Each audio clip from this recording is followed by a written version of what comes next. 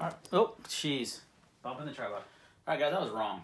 I just did a video, just released a video on the Core Essentials new EDC belt or gun belt with a nylon rigger style. I was wrong about the appendix carry thing. It does work. You just have to either put on the belt a certain way or you can trim it. Now, I'm just going to demonstrate for you right here. I've got it on the way you need it on, essentially. So what you're going to do is it's kind of backwards. Not even really back. Yeah, it's kind of backwards how you normally put on a belt. You're going to start putting on your belt right here and have this buckle on this side of your belt loop. Okay, so you have your two main belt loops here. You want it right there.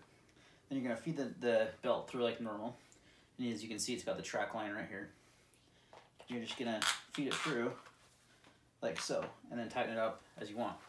And you can do two things here. You could just tuck this back all the way through your other loops. So let's say you want to wear it normal one day, you know, without like an appendix carry holster. This is kind of what I recommend doing.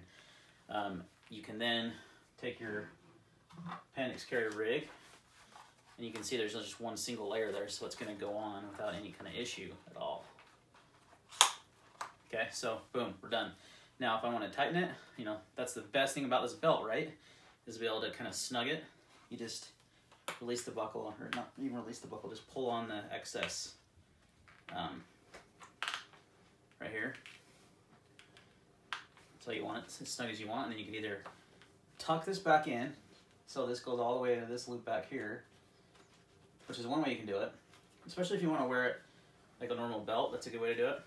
And see, now I don't have that issue. Now the buckle's over to the side. This is how you'd have to wear a Cobra belt either, also with the appendix carry rig. And now it's working just fine, and I can use the adjustability that I like. Or you could choose to trim this. Another viewer actually kind of pointed this out. That's why I'm doing this video. You can trim this like maybe right here and just have very little excess, but then you're kind of stuck wearing it like this all the time. If you want to like maybe wear it normally with the belt buckle in front, maybe you want to carry, you know, 3 o'clock or something, you could, if you just left it like this and just didn't. So I'm probably going to trim off a few inches, but I'm going to leave it pretty much how it is, and it works just fine. And for appendix carry, so I was wrong. I want to appreciate the viewer for pointing that out. I'll give him a shout out if I can remember his name. I happen to be by my computer, so Parkway Drive 13, PKY Drive 13. Says he uses this within a tier 1 holster, which is very similar to this, just by doing this. But he said he trimmed it. I don't think I'm going to trim it. I might trim off like 2 inches, but I'm going to leave it like that. So you want to leave a little bit so you have some adjustability, but works good for appendix carry now. Makes this belt even better. Thanks for watching, guys. See you next time.